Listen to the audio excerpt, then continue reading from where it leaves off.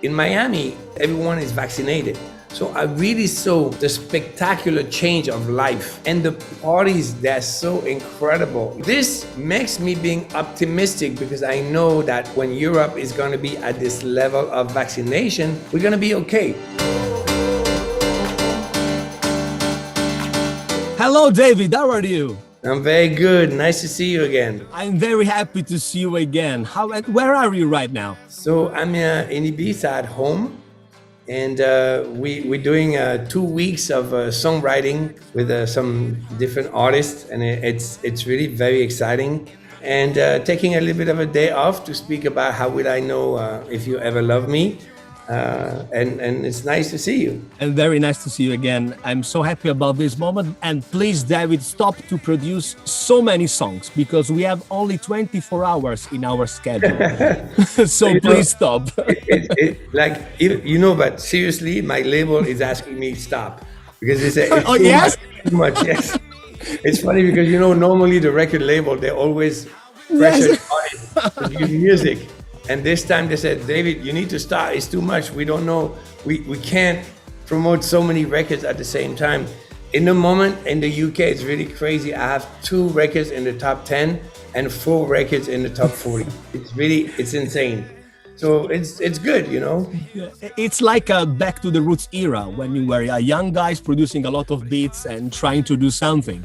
Exactly, because the thing is, normally my life is taking the plane every day, being always tired. And now I'm so full of energy because I wake up every day in the same bed and, I have like a normal life, So all this energy goes into music. Are you more confident or scared about this time? Lucky enough, I was in America. I was in Miami, and Florida was the first state that was the most vaccinated. So I really saw the spectacular change of life when, the amount of vaccination was enough. And it was a shock when I came back to Europe because in Miami, no one is wearing the mask anymore. It's like life is absolutely normal because everyone is vaccinated.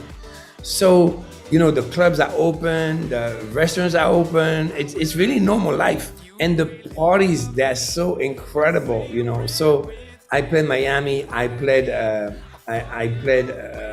Vegas. Vegas was the craziest party in the last 10 years of my life. It was insane. So this makes me being optimistic because I know that when Europe is going to be at this level of vaccination, we're going to be okay, It's just that we are just a little bit late. And I also hope that there's going to be less resistance and that people are going to be willing to get the vaccination because some people don't want to. And I think this is bad for the world.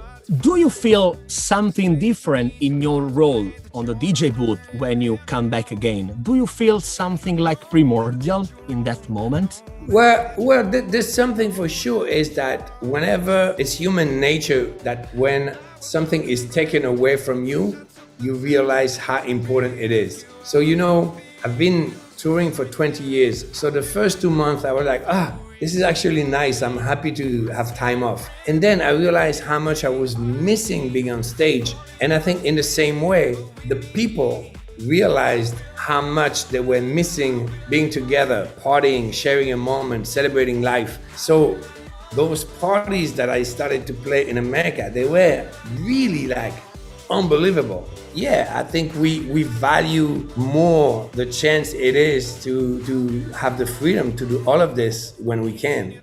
I love your sensibility about the vaccine thing. And I also want to ask you something about another great topic right now, not only in the music industry, the gender topic. House music was born in gay clubs, where you played for years. What do you think about that? What do you think about the gender topic? I was always a person and the values of house music you were talking about, this were always about acceptance, being open-minded, each individual being free of being whatever they want to be. Those are my values, love and tolerance, and that's the person I am. Let's talk about music right now. What's your favorite David Guetta's song of all time? I think Titanium, probably. From Just a Little More Love, its 20 years anniversary this summer, to Let's Love, I've noticed that love is so important in your songwriting. I'm right? Yeah, you're so right, of course. I think love is the essential source of energy in life. So it can be love in a sexy way, or it can be love in a romantic way, or it can be love in a universal way. And so the same word is covering so many important topics. I think Just a Little More Love, my first record, it was about universal love, about, we are one, no matter what's your color or your religion or your sexuality. And then Love Is Gone was like a relationship, So yeah, I think this word covers so many topics. I always follow you on Instagram on Reels, and I see you playing like a child on your new instruments. But are you more happy to experimenting something new, maybe with remixes or something like that, or are you feel comfortable to making pop music in this period of your life? It's cycles. So, for almost a year, I really dedicated all my time to a new project I had that was called Future Rave, together with my friend Morten. It got extremely big in the electronic and DJ community. It's more like festival music. Right now, I'm back to make it house music and pop music. So there are cycles, and I think the next move, I'm going to do more of Jack Back, which is more like underground music. So I don't want to do always the same thing. It's boring. Exactly. We talked about the Just a Little More Love anniversary a few minutes ago, and it's a true story that Thomas Bangalter is one of the reasons because you are here today talking about that track. Yes, it's true. So the way it happened, I was playing in a club in Paris, and the guys from Daft Punk, they were coming often. And when I did that Just a Little More Love first track, I played it to them and asked their opinion. And Thomas loved it and called Virgin Record in France and say, my friend David has something really nice. You should listen. And of course, it was like God was calling, Yes. So they signed me for an album deal immediately. So it was kind of crazy. Did you phone to Thomas after the retirement announcement? No, we didn't speak since, but I don't know, whatever makes them happy, I'm sure they're gonna still make music. I've no doubt, one way or another.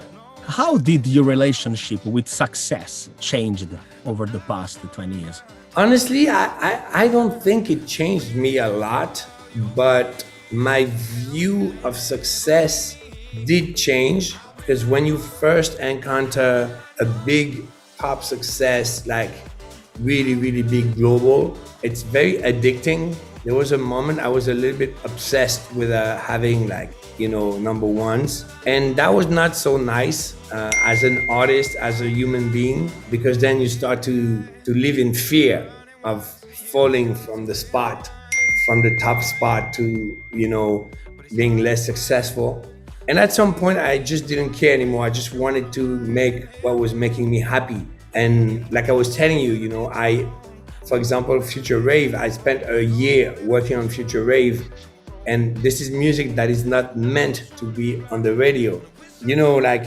When you do this, it means you're happy to make records that are not going to be a pop success. And then interestingly enough, from that moment, I had more hits than I had in a long time. Yeah, I think it's finding my freedom of creation again. What's, in your opinion, the next big wave in EDM? So this is a very exciting moment because you are back with a lot of new music topping the chart all over the country. The Swedish House Mafia are back and you are remixing the guys. What do you think is the new big thing? Well, the new big thing in EDM was Future Rave. I don't say this because it's me, but it's really, I honestly think that's what it was. And I think also what was interesting is that I wouldn't call this EDM, but like in electronic music, underground became so massive. And actually, it's funny because the Italian, but I'm a big fan of Tale of Us, and I think that melodic techno also could evolve into something really big. Yeah. Really, Yes. it's already big, but it could be even huge. Yes, because I think that it's epic, and in a place like Ibiza, we need some epic, like the new melodic techno that is the new trance music, you know. Exactly. Yeah. Exactly. I'd love to hear some of your new record on that wave, on like. And actually, if you listen to what I'm doing with Future Rave and Yes, melodic, I'm listening. Yes, I'm listening. not so far. Yes. One is just more, Yes. like a little Yeah. more intense, Yes. and harder sounds, but it's a similar approach of music. That's the way. Where do you see yourself in 20 years? Celebrating something number ones here with me? In 20 years, yeah, I'd probably still make music, but traveling way less.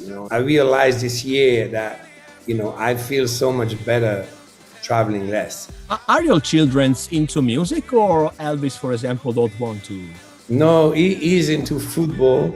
That's Oh. his passion. Yeah. But my daughter, yes. My daughter, she's 13 years old and she plays the piano really good and she can sing good too. Great. So, Great. yeah. And which team is following? He's a PSG. PSG is not a team. It's a dream team. Yeah. Hi, I'm David Guetta, and I am so excited to announce the first ever David Guetta week on m2o Radio. m2o DJ Station